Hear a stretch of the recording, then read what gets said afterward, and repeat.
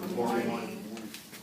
So reading, writing, I want you to think back to when you guys were maybe anywhere between the ages of 5 and 12. Reading, writing. Hey Brandon, go in your room and read for an hour. Did you want to hear that? No. Growing up, I want Brandon? to play video games. That was a survey that I took. I used adults between the ages of 22 and 64. And it kind of, after I completed the surveys, made me change my speech just a little bit because of the responses that I got.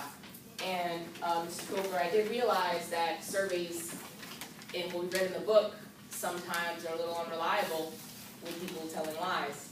Because when I tested, I put in a sentence and I asked my surveyors, whatever I think of the proper term, people who said that they would read, that they read every day as a child and that they were encouraged by their parents to read daily, missed very, very simple grammatical errors and misspellings in my sentence. And it was, I didn't use anything outrageous, I didn't use, $10 words as you would call them.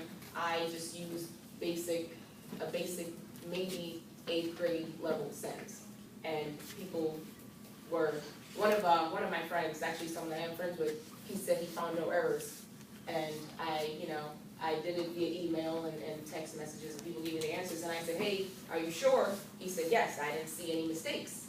But he was one of the people who said he did not read as a child and was not encouraged by his parents to read as a child, so that was one. But the others, I knew that they were fibbing.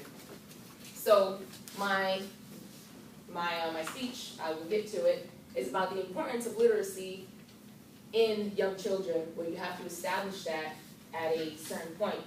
So another question that I got for you guys, how many of you would think that English is my first language, that I was born in America, in the United States of America, and that I was speaking English since wrong? My first language is Spanish. I was about 6 years old when I moved to the United States. One reason that I believe I am where I am today, or I speak how I am, and I am very into writing, and this is my book.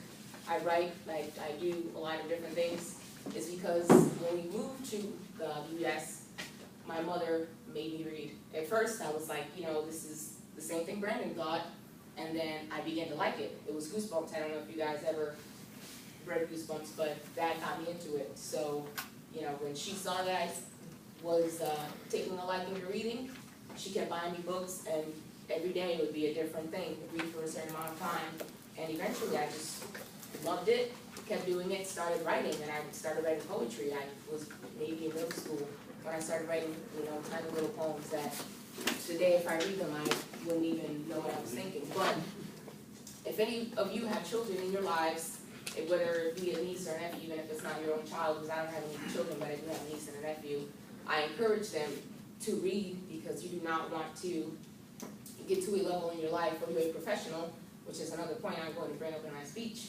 As a professional in my professional job, when I was in the military, I had superiors who could not read at the level that I did. So I felt that if you are my superior and you are rating me, and on my rating, I find that the word eligible is misspelled, which was one word, this is a real example. Sergeant, you outrank me, you are my sergeant, you are my leader, and you cannot spell the word eligible. You are older than me, and you are supposed to be more educated than me. I look up to you, you are my boss, you are my leader. I am following you in battle. You cannot, not that spelling and grammar is all about battle, because it is not, it's completely different, but there are certain fundamentals that you as a person should have, and that is all that I basically would like to get across to you guys today is, please, if you have children in your life, encourage them. Like you've got the music. Music is definitely fundamental. Reading is also a connection, and you can sit down and read with your child something, or any child in your life, and just encourage them. And it helps you grow as a person. It makes you better, well-rounded, and I would not be where I am today, knowing what I know, had my mother not sat me down and said, hey, ponte a leer, So basically, that was Spanish. It's get to reading, basically.